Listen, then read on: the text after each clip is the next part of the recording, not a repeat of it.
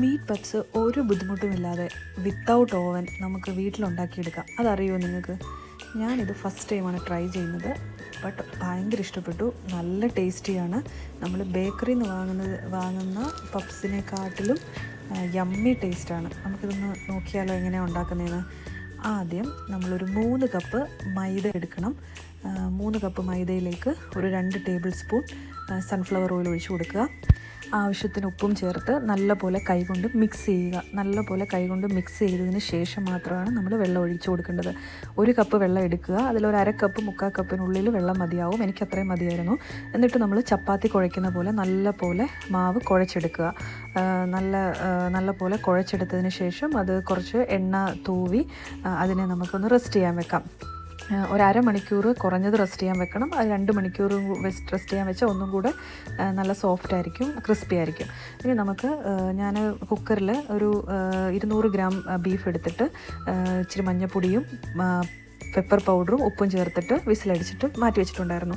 അതിനുശേഷം നമുക്ക് മസാല ഉണ്ടാക്കാനായിട്ട് ഞാനൊരു 3 സവോള കൊത്തി അരിഞ്ഞത് എടുത്ത് അത് നല്ലപോലെ വഴറ്റിയെടുത്തതിന് ശേഷം അതിലേക്ക് 2 പച്ചമുളക് ചേർത്തിട്ടുണ്ട്. പിന്നെ 1/2 ടേബിൾ സ്പൂൺ ഇഞ്ചി വെളുത്തുള്ളി പേസ്റ്റ് അല്ലെ ചതച്ചത്, 1 ടീസ്പൂൺ മുളക് പൊടി, 1 ടീസ്പൂൺ മല്ലിപ്പൊടി, കുറച്ച് മഞ്ഞൾപ്പൊടി, പിന്നെ ഗരം മസാല, പെരുംജീരകം, ഇതെല്ലാം കൂടി ഇട്ട് നല്ലപോലെ മിക്സ് ചെയ്ത് അത് നമുക്ക് വഴറ്റി മാറ്റി വെക്കാം. ശേഷം നമ്മളൊരു പാത്രത്തിൽ ഒരു 4 ടേബിൾ സ്പൂൺ കോൺഫ്ലോർ എടുക്കുക. അതിലേക്ക് കുറച്ച് എണ്ണ ഒഴിച്ച് നല്ലപോലെ മിക്സ് ചെയ്ത് ലൂസാക്കിയ ബാറ്റർ പോലെ ആക്കി അതിനെ ഒരു സൈഡിൽ മാറ്റി വെക്കുക. ഇനി നമുക്ക് നമ്മുടെ മാവെടുത്ത് നല്ലപോലെ ഒന്ന് കുഴച്ചതിന് ശേഷം ഒരു 3 പാർട്ടായിട്ട് നമുക്കതിനെ ഡിവൈഡ് ചെയ്ത് മാറ്റാം.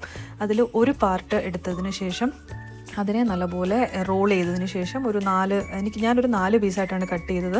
നിങ്ങൾക്ക് 5 പീസ് വരെ കട്ട് ചെയ്താലും കുറച്ചും കൂടെ നമുക്ക് ലെയേഴ്സ് കിട്ടുന്നതാണ്. ഞാൻ 4 പീസായിട്ടാണ് കട്ട് ചെയ്തത്. അതിനുശേഷം അതിനെ നമുക്ക് ഓരോന്നായിട്ട് ചപ്പാത്തി പോലെ പരത്തിയെടുക്കാം. ഒരുപാട് കട്ടി കുറഞ്ഞ് പരത്താനും പാടില്ല, ഒരുപാട് കട്ടി കൂട്ടിയും പരത്താൻ പാടില്ല. ഒരു മീഡിയമായിട്ട് ഞാൻ ഈ കാണിച്ചിരിക്കുന്ന പോലെ നമുക്ക് ഓരോ ചപ്പാത്തിയും ഇതുപോലെ പരത്തിയെടുത്ത് മാറ്റി വെക്കുക. അങ്ങനെ 4 ചപ്പാത്തി ഞാൻ പരത്തിയെടുത്തിട്ടുണ്ട്. അതിനുശേഷം ഒരു ചപ്പാത്തി എടുക്കുക. അതിലേക്ക് നമ്മൾ നേരത്തെ കോൺഫ്ലോർ എണ്ണ ഒഴിച്ച് മിക്സ് ചെയ്ത് ലൂസ് ബാറ്ററാക്കി വെച്ചിട്ടുണ്ടായിരുന്നല്ലോ, അതെടുക്കുക. അത് ഈ ചപ്പാത്തിയുടെ മുകളിലേക്ക് തേച്ച് കൊടുക്കാം.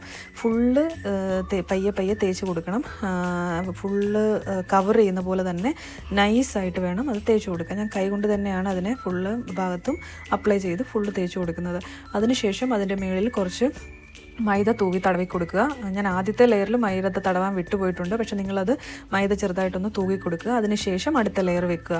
അടുത്ത ലെയറിൻ്റെ മുകളിലും നമ്മൾ ഇതുപോലെ തന്നെ കോൺഫ്ലോർ മിക്സ് തേച്ച് നല്ല വൃത്തിക്ക് എല്ലാ സൈഡിലും തേച്ച് പിടിപ്പിച്ചതിന് ശേഷം വീണ്ടും മൈദ കുറച്ച് തൂവി കൊടുക്കുക. വീണ്ടും അടുത്ത അങ്ങനെ ഒരു 4 ലെയർ 5 ലെയറോളം നിങ്ങൾക്ക് ഇങ്ങനെ വെക്കാം. അതിനുശേഷം നമ്മൾ റോളർ എടുത്ത് നല്ലപോലെ അതിനെ ഒന്ന് കുറച്ചും കൂടെ ഒന്ന് വലിപ്പത്തിലാക്കുക. അതിനുശേഷം 4 സൈഡും നമുക്ക് ഇതുപോലെ ഞാൻ ഈ വീഡിയോയിൽ കാണിച്ചിരിക്കുന്ന പോലെ നിങ്ങൾ 4 സൈഡും മടക്കുക. ആദ്യത്തെ 2 സൈഡും മടക്കിയതിന് ശേഷം അതിൻ്റെ മുകളിലും കുറച്ച് മൈദ നമുക്ക് തൂവി കൊടുക്കാം. പിന്നെ കോർണർ 2 സൈഡും ഇതുപോലെ തന്നെ മടക്കി അതിൻ്റെ മുകളിലും മൈദ നല്ലപോലെ തടവി കൊടുക്കുക. ശേഷം അതിനെ തിരിച്ച് മറിച്ച് വെച്ചതിന് ശേഷം കുറച്ച് പൊടിയൊക്കെ നമ്മൾ ഇട്ട് കൊടുക്കുക. വീണ്ടും നമ്മളതിനെ പരത്തിയെടുക്കുക. ഇനി നമ്മൾ പരത്തുമ്പം നമുക്കൊരു റെക്റ്റാങ്കിൾ ഷേപ്പാണ് കിട്ടുന്നത്. ആ റെക്റ്റാങ്കിൾ ഷേപ്പ് നമുക്ക് എത്ര വലിപ്പത്തിൽ എടുക്കാൻ പറ്റുമോ അത്രയും വലിപ്പത്തിൽ, ഒരുപാട് തിന്നാക്കരുത്. ഒരുപാട് തിന്നാക്കിയാൽ നമുക്ക് ആ ലെയേഴ്സ് കിട്ടില്ല. അതിൽ പപ്സിൻ്റെ ആ ഒരു ലെയർ നമുക്ക് കിട്ടില്ല. അപ്പോൾ കുറച്ച് ഒരു റെക്റ്റാങ്കിൾ ഷേപ്പിൽ മാക്സിമം ഒരുപാട് നൈസുമല്ല ഒരുപാട് കട്ടിയല്ലാത്ത രീതി മീഡിയം സൈസിൽ നമുക്കതിനെ പരത്തിയെടുത്തതിന് ശേഷം നമ്മൾ 4 സൈഡും ഒന്ന് ഷേപ്പാക്കാൻ റെക്റ്റാങ്കിൾ ഷേപ്പാക്കാൻ വേണ്ടി 4 സൈഡും കറക്റ്റായിട്ട് ഒരു പിസ്സ കട്ടറോ അല്ലെങ്കിൽ ഒരു നൈഫ് വെച്ചിട്ട് കട്ട് ചെയ്ത് മാറ്റുക. അപ്പോൾ നമുക്കൊരു എക്സാക്റ്റ് റെക്റ്റാങ്കിൾ ഷേപ്പ് നമുക്ക് കിട്ടുന്നതാണ്. ഇനി ഇതിനെ നമുക്ക് പപ്സിൻ്റെ ഒരു ഷേപ്പ് കിട്ടാൻ വേണ്ടി നമ്മളതിനെ മുറിച്ചെടുക്കുകയാണ്. ഞാനിവിടെ ഒരു 8 പീസായിട്ടാണ് ഞാൻ കട്ട് ചെയ്ത് കൊടുക്കുന്നത്. പക്ഷേ എനിക്ക് തോന്നിയത് ഒരു 3 പീസ് 6 പീസായിട്ട് കട്ട് ചെയ്താലും മതി. അതായത് നടുക്കൂന്ന് ഒരു പീസാക്കുക. പിന്നെ അതിനെ നിങ്ങൾക്ക് 3 പീസായിട്ട് കട്ട് ചെയ്യാം. അപ്പോൾ അതിനെ 6 പീസായിട്ട് നിങ്ങൾക്ക് കിട്ടും. ഞാൻ 4 പീസായിട്ട് കട്ട് ചെയ്ത് എനിക്ക് 8 പീസായിട്ടാണ് ഞാൻ എടുത്തേക്കുന്നത്. ഇനി ഓരോ പീസിൽ നമുക്ക് കുറച്ച് മസാല വെച്ച് കൊടുക്കാം. ഒരുപാട് മസാല നിറച്ച് വെക്കരുത്, കാരണം അത് നമ്മൾ എണ്ണയിലിടുമ്പം അത് വിട്ടുപോകും. അതുകൊണ്ട് കുറച്ച് മസാല അതിലാക്കിയിട്ട് നമുക്ക് പച്ചവെള്ളം 3 സൈഡിലും പച്ചവെള്ളം തേച്ച് നമുക്ക് ഒട്ടിച്ചു കൊടുക്കാം. ഞാനിവിടെ അതിൻ്റെ ടിപ്പ്, അതായത് അതിൻ്റെ അറ്റം ഭാഗം നല്ലപോലെ അമർത്തിയാണ് പ്രസ് ചെയ്താണ് ക്ലോസ് ചെയ്തത്. നിങ്ങൾ അത്രയും അമർത്തണ്ട, അപ്പോൾ ലെയേഴ്സ് കുറച്ച് തുറന്നു വരാനായിട്ട് പാടാണ്. അതായത് ലെയേഴ്സ് ഒരു 3-4 ലെയേഴ്സ് ഇങ്ങനെ പപ്സിന് ക്രിസ്പി പോലെ തുറന്നിരിക്കുന്ന പോലെ വരില്ല. അപ്പോൾ ഞാൻ ഒരുപാട് അമർത്തി കൊടുത്തിട്ടുണ്ടായിരുന്നു. നിങ്ങൾ ചെയ്യുമ്പോൾ അത് അത്രയും അമർത്തണ്ട. ആ മസാല ഇരിക്കുന്നതിൻ്റെ തൊട്ട് ചുറ്റിനും നടുക്കത്തെ ഭാഗം നിങ്ങൾ പ്രസ് ചെയ്ത് കൊടുത്താൽ മതി. ഇനി നമുക്ക് ചൂടായിട്ട് കിടക്കുന്ന എണ്ണയിലേക്ക് ഇട്ട് ഇതിനെ ഫ്രൈ ചെയ്തെടുക്കാം. എണ്ണ നല്ല ചൂടായതിനു ശേഷം തീരെ കുറച്ച് വെക്കുക. അത് കഴിഞ്ഞിട്ട് അതിന് ശേഷമാണ് നമ്മളിത് ഓരോന്ന് ഇട്ട് കൊടുക്കേണ്ടത്. ഇട്ട് കൊടുത്തതിന് ശേഷം ഒരു മീഡിയം ഫ്ലെയിമിലാക്കി നമുക്ക് വെക്കാം.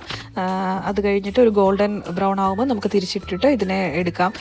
ഒട്ടും തന്നെ എണ്ണ പിടിക്കത്തില്ല.